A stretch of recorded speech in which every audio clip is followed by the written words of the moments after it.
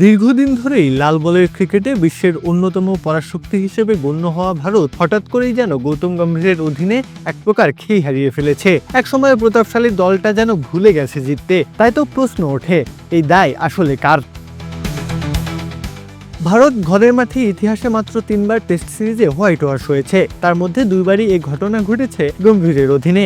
1 বছর আগে নিউজিল্যান্ডের বিপক্ষে 3-0 ব্যবধানে হারের ক্ষত শুকানোর আগেই কাটা ঘায়ে যেন নুনের ছিটে দিল বর্তমান টেস্ট চ্যাম্পিয়ন দক্ষিণ আফ্রিকা।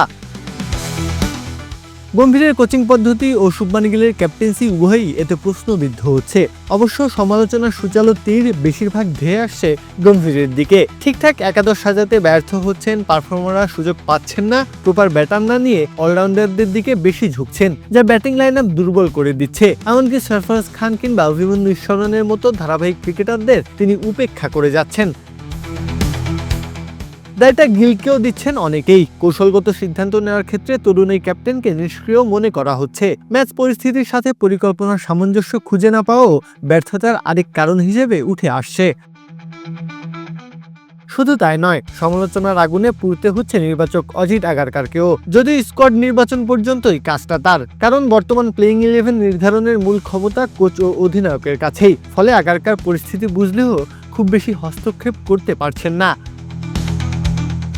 ভারতের টেস্ট দল যে তীর হারিয়ে দিগ্ভ্রান্ত, এই নিয়ে সন্দেহ নেই কারো। তবে সমস্যা সমাধানের উপায় নিশ্চয়ই আছে। সফলতা পেতে গেলে সেটাই এখন খুঁজে বের করতে হবে সবার আগে। প্রত্যাহ কাব্য, খেলা 71।